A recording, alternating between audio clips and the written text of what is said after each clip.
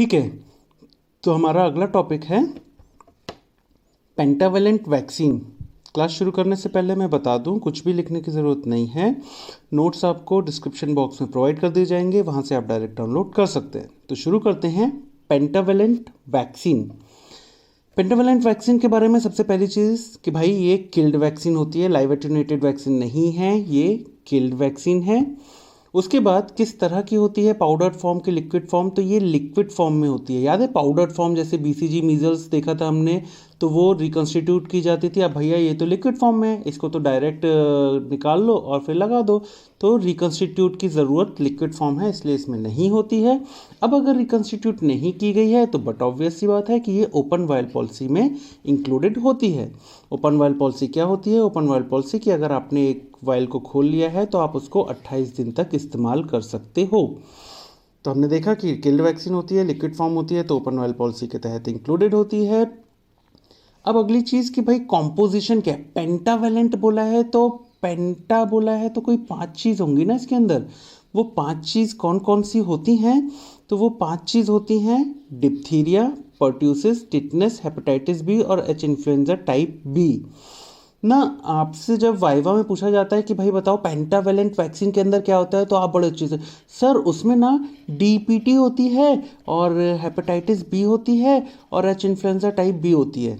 ऐसे नहीं बोलना है। ये डीपीटी क्या, एग्जामिनर को तुम क्या समझते हो कि सर वो डीपीटी, आप फुल फॉर्म आप ही निकाल लेना, ऐसा नहीं होता है। आपको वाइवा में बोलना है diphtheria, pertussis, tetanus, hepatitis B और influenza, H influenza type B या हीमोफिलस इन्फ्लुएंजा टाइप बी। ये आपको पूरा बोलना है, ये नहीं बोलना डीपीटी, हेपेटाइटिस बी और एचआईवी, नहीं, पूरा बोलना है। पैसे थोड़ी लगते हैं, बोल दो भाई, नंबर नहीं काटेंगे। उसके बाद कुछ चीज़ें जो इसके अंदर आपको पता होनी चाहिए कि हाँ भाई डिप्थीरिया और टिटनेस के तो टिटनेस टॉक्साइड और डिप्थीरिया टॉक्साइड ही यूज़ करते हैं, लेकिन बहुत इंपॉर्टेंट चीज़ जो वाइवा के लिए, पर्ट्यूसिस में आप होल सेल पर्ट्यूसिस का इस्तेमाल करते हो। और याद रखना हीमोफिलस इन्फ्लुएंजा टाइप बी में आपको याद रखना है कि भाई प्यूरिफाइड कैप्सुला या पीआरपी या प्यूरिफाइड कैप्सुला एचआईवी पॉलीसेक्राइड, तो पीआरपी और होल सेल पर्ट्यूसिस, ये 2 चीज़ आपको वाइवा के लिए बहुत इंपॉर्टेंट है। बाकी डिप्थीरिया और टिटनेस के लिए तो आपको पता है टॉक्सॉइड है, पर्ट्यूसिस होल सेल है, उसके अलावा इन्फ्लुएंजा जो है वो पीआरपी। तो ये चीज़ आपको याद रखनी है कॉम्पोजिशन में। और जो आपको बहुत ज़्यादा याद रखनी है कि ऐसा नहीं बोलना डीपीटी, हेपेटाइटिस बी और एचआईवी, आपको फुल फॉर्म्स पूरे बोलने हैं, diphtheria, pertussis, tetanus, hepatitis B, haemophilus influenza type B. ठीक, तो हमने देख लिया कि भाई कॉम्पोजिशन, पेंटा बोला है तो वो 5 चीज़ें कौन कौन सी हैं और उनमें भी क्या यूज़ करते हैं, जैसे कि होलसेल, पर्ट्यूसिस और पीआरपी। अब आते हैं नेशनल इम्यूनाइजेशन शेड्यूल के तहत इसका क्या शेड्यूल होता है, कब लगनी है, कहाँ लगनी है, कैसे लगनी है, कितनी लगनी है।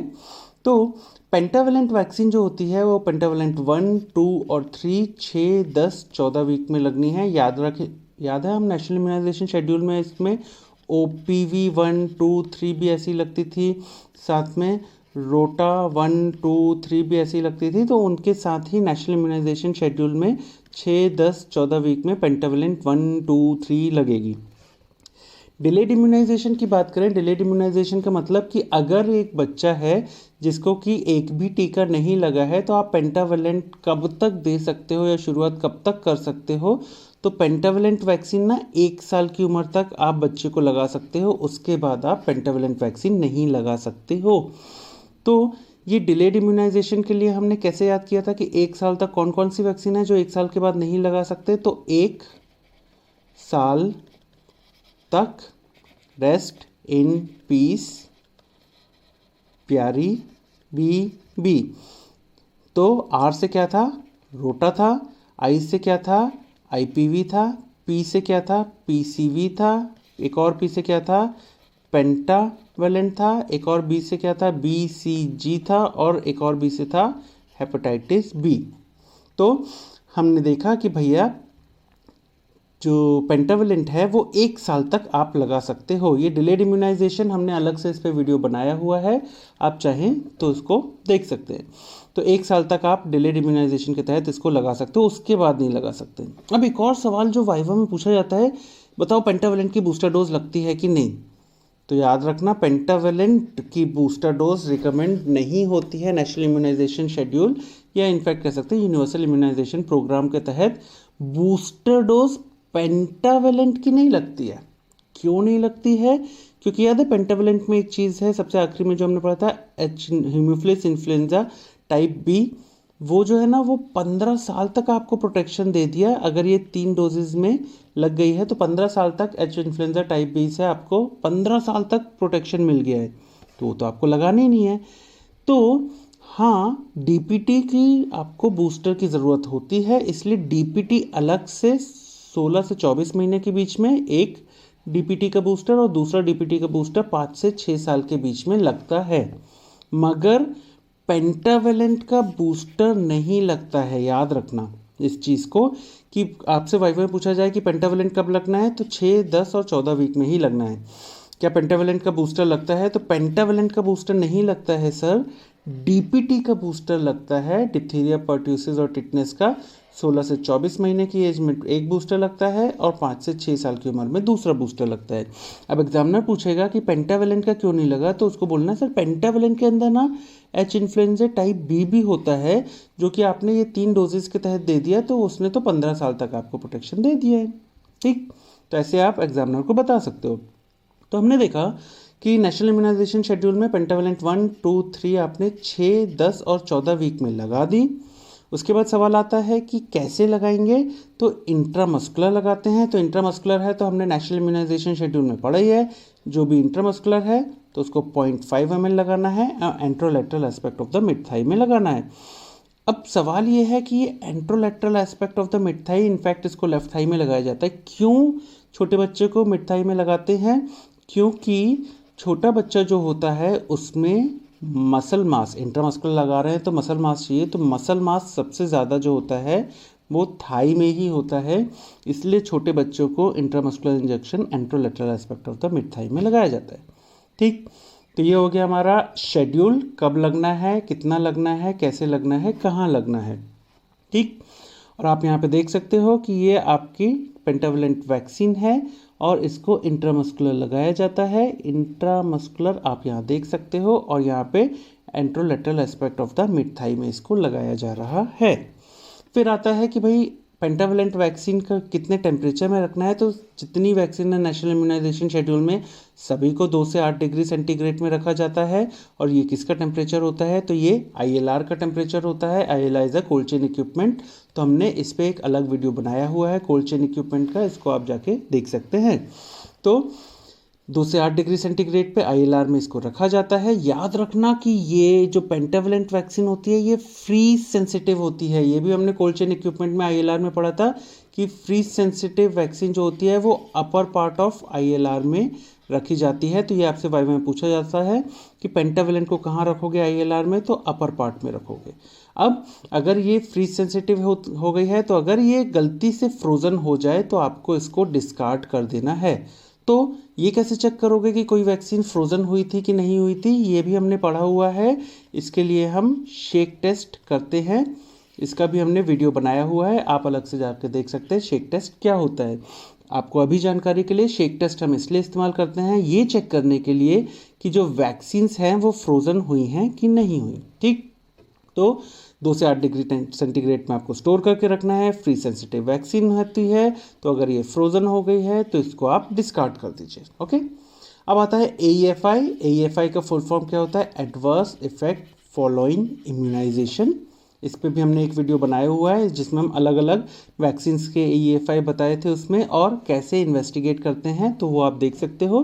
तो AEFI अगर हम पेंटावेलेंट वैक्सीन की बात करें तो उसके क्या क्या हो सकते हैं कि भाई AEFI adverse effect following immunization, कि अगर टीका लगाया या वैक्सीन लगाई उसके बाद बच्चे को क्या क्या हो सकता है as a adverse effect of that vaccine.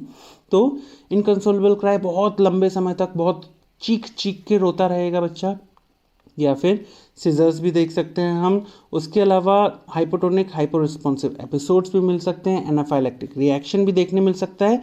In fact इस चीज़ के लिए ना आजकल आप किसी भी इम्यूनाइजेशन सेशन साइट पे जाओगे तो वहाँ पे आप देखोगे कि एएनएम के पास एनाफाइलैक्सिस किट रखी होती है। तो एनाफाइलैक्टिक किट वहाँ पे हर एएनएम के पास सेशन साइट पे आजकल रखी होती है। अब होता है कि भाई इसके कॉन्ट्राइंडिकेशन क्या है। तो कॉन्ट्राइंडिकेशन के तौर पे अगर पिछली जो वैक्सीन थी उसमें कोई सीवियर एलर्जिक रिएक्शन देखने मिला है तो आप उसको नहीं लगाओगे। उसके अलावा अगर बच्चों को कोई मॉडरेट या सीवियर इलनेस है तब आप पेंटावेलेंट नहीं लगाओगे। याद रखिएगा, मैंने कहा मॉडरेट या सीवियर, ठीक है। माइनर इलनेस में जैसे कि अपर रेस्पिरेटरी ट्रैक इन्फेक्शन है माइनर सा, उसमें कॉन्ट्राइंडिकेटेड नहीं होती है। तो मॉडरेट या सीवियर है तभी कॉन्ट्राइंडिकेटेड है, माइनर में कॉन्ट्राइंडिकेटेड नहीं होती है पेंटावेलेंट वैक्सीन, ठीक। तो इतनी चीज़ें आपको पेंटावेलेंट वैक्सीन में पता होनी चाहिए। अगर मैं क्वेश्चंस की बात करूं तो इस पे आपको शॉर्ट नोट या इनफैक्ट वेरी शॉर्ट नोट तो कई बार पूछा जाता है, सीधा लिख देते हैं पेंटावेलेंट वैक्सीन। अगर मैं आपको स्पॉट्स की बात करूं तो स्पॉट में आपको ज़्यादातर म्यूजियम में पेंटावेलेंट वैक्सीन म्यूजियम में रखी रहती है, कम्युनिटी मेडिसिन डिपार्टमेंट के म्यूजियम में, तो आपको स्पॉट्स में रखी ही जाएगी। क्या पूछते हैं कुछ शेड्यूल, कब लगती है, कैसे लगती है, कहाँ लगती है और कितनी लगती है। मुख्यतः आपसे पेंटावेलेंट वैक्सीन में स्पॉट्स में यही सवाल आते हैं। अगर मैं बात करूँ वाइवा की, तो वाइवा में आपसे बहुत इंपॉर्टेंट है, पूछते हैं कैसी वैक्सीन है और क्या ये ओपन वायल पॉलिसी के तहत यूज़ होती है, और सबसे इंपॉर्टेंट कि भाई बताओ कि ये 5 कंपोनेंट पेंटावेलेंट के क्या हैं। तो वही मैंने जो बोला, डीपीटी मत बोलना, diphtheria pertussis tetanus hepatitis B और influenza haemophilus influenza type B बोलना, ठीक। उसके अलावा अगर मैं वाइवा की बात करूं तो आपसे शेड्यूल तो पूछा ही जाता है कि भाई बताओ कब लगती है, कैसे लगती है, कहाँ लगती है, कितनी लगती है। उसके अलावा डिलेड इम्यूनाइजेशन पे वाइवा में बहुत पूछा जाता है, कब तक लगा सकते हो। और एक बहुत इंपॉर्टेंट वाइवा का क्वेश्चन होता है, बताओ इसका बूस्टर लगता है कि नहीं लगता। तो नहीं, इस वैक्सीन का बूस्टर नहीं लगता है। क्यों? क्योंकि HIV जो है वो 15 साल तक आपको प्रोटेक्शन देगा। हाँ, DPT का बूस्टर लगेगा 16 से 24 महीने और 5 से 6 साल की उम्र के बीच में। वाइवा में आपसे एक चीज़ और पूछी जाती है कि भाई अगर ये फ्रीज़ हो गई तो ये किससे चेक करोगे। तो हमने पहले बताया कि इसके लिए आप शेक टेस्ट का इस्तेमाल करते हो। तो वाइवा में आपसे इतनी चीज़ें तो पूछी ही जाती हैं। अगर मैं MCQ की बात करूं तो आपको MCQ में पूछा जा सकता है कि भाई बताओ कि पर्ट्यूसिस का क्या यूज़ करते हैं। तो होल सेल पर्ट्यूसिस यूज़ करते हैं, ये आपको MCQ में आ सकता है। और आपको MCQ में हीमोफिलस इन्फ्लुएंजा टाइप बी पे आ सकता है कि PRP that is purified capsular HIV polysaccharide इस्तेमाल करते हैं। ये भी आपको MCQ में पूछा जा सकता है। तो इतनी चीज़ें हैं जो आपको पेंटावेलेंट वैक्सीन के बारे में पता ही होनी चाहिए। Thank you.